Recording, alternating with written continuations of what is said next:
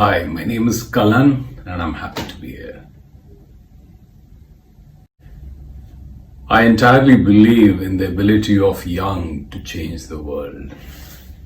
It's not just my belief, look at the evidence around. I think I came across this somewhere that all the newest billionaires that have been added in the past 2-3 years, their average age is around 36. Look at the guys who started some of the biggest world-changing tech companies right now. I mean, tech is one aspect of it, but there were fundamentally great ideas that happened. Facebook, Mark Zuckerberg, 19. I'm sure Elon Musk also started early. He must have been in his 20s, 23, 24.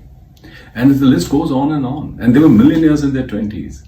There is no reason that I see why architects with their innate abilities to think in 3 dimensions can't do so. Most Nobel laureates actually managed to present their hypothesis for which they eventually got the prize in their 20s. So if that be the case, if 20s or very early in life is when your genius is essentially activated and even flourishes to an extent, it may gain credibility over time, but that's the time when you have the most creative ability. It shouldn't be different in architecture. It shouldn't be different in our profession at all. If there's one single indicator and predictor of success for a professional, it is the confidence with which he or she can conduct themselves in the domain. That confidence comes from knowledge, experience, and also a nature or a predisposition to constant learning and openness. It is precisely these kind of key attributes that would make you a significant professional with the ability to deliver on your innate skills that we look at. It's not in me to be the carrier of bad news. I know COVID is upon us and it's like a pause giver. But this pause giver also gives us a time to reflect on what might be that needs fixing. One thing that definitely will need fixing in this situation is our employability. So there are two sides to it. One is architects generally being employable in terms of getting projects to service these offices and studios and whatever else they have set up. But there's also the employability of the professionals who work within the entire system, who work for the studios and who enable all these projects and wonderful things to happen. I think for this, I'll just focus on that smaller but significant kind of portion of the problem. The problem of us producing consistently young architects who are basically unemployable. It gives me no pleasure to say that again. I mean, again, no statistics, but my judgment and having worked some years here, I think close to 90-95% of the students who come out of a bachelor's degree, at least in the Indian context, are actually unemployable. They come to studios at such a time that they barely have their skills in place. It's rare to see a very outstanding kind of talent that comes out that's able to genuinely service the needs of the studio.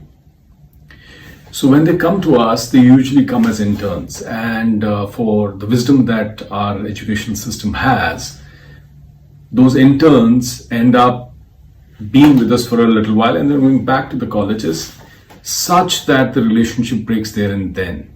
It's rare for the same students to come back and work with the same studio. It all starts with this antiquated, stuck in time kind of curriculum that we have. I mean, who needs barn doors to be known as a detail? I mean, I understand you have to work from bottom up. Barn doors, really? I mean, we spend a whole semester doing those trusses and barn doors. Or for that matter, how bricks interlock in different ways. The bonds, really? I mean, how many of us have really gone out and actually used any of those in our real projects? It's minimal.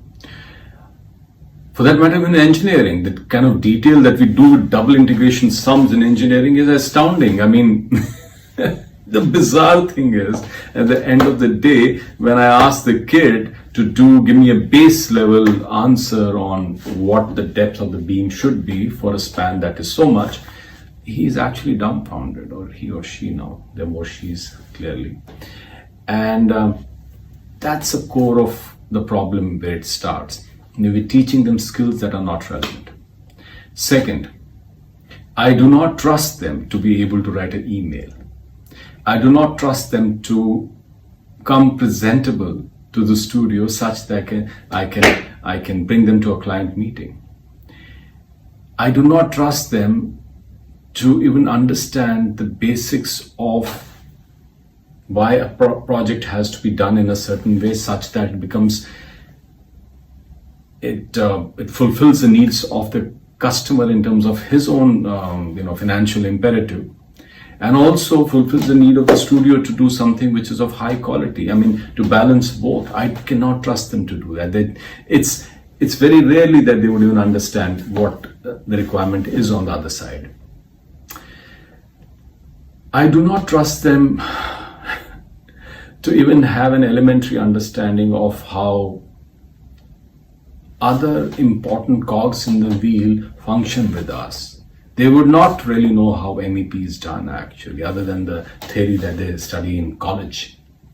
They would not really understand how structural designers' workplace and studio actually works, office, how it generates the designs that they give us, and why there is this conflict all the time.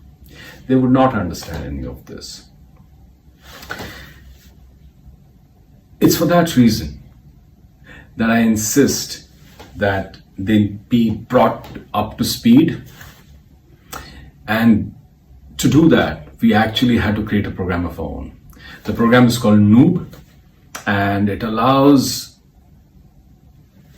students and young architects to augment their skills in a rapid fashion. And we align it with the actual internship timing such that it does not really impose any further time constraint on them. And in this short program, we go through all these the modules are designed such that they do actually learn by going to various different studios in India and outside. They go through what we call the whole soft skill kind of a block of modules that we have done, where they learn everything, like I said, from writing emails to wearing the right clothes and presenting themselves and communicating their designs, all of that. And finally, they also collaborate with teams that are outside of their normal comfort and domain. So students who are international, studios that are outside, multidisciplinary teams, and teams that bring in skills that they would normally not be exposed to. It's that kind of a richness that comes to your skills as a professional that makes you special. I think I have heard this somewhere that the best way to judge if a studio values you is to understand what would happen if you exited out of that equation that you were handling. And if the answer is that not much is going to happen and things will run as they were before, then clearly your value of employment is not justified. I think it's time now that we pull up our socks, sharpen those pencils if anybody uses them still, and get on with that. Get on with the mission to fix this thing quickly. Because if at the base we are not employable and we do not have the requisite skills, then there's a problem.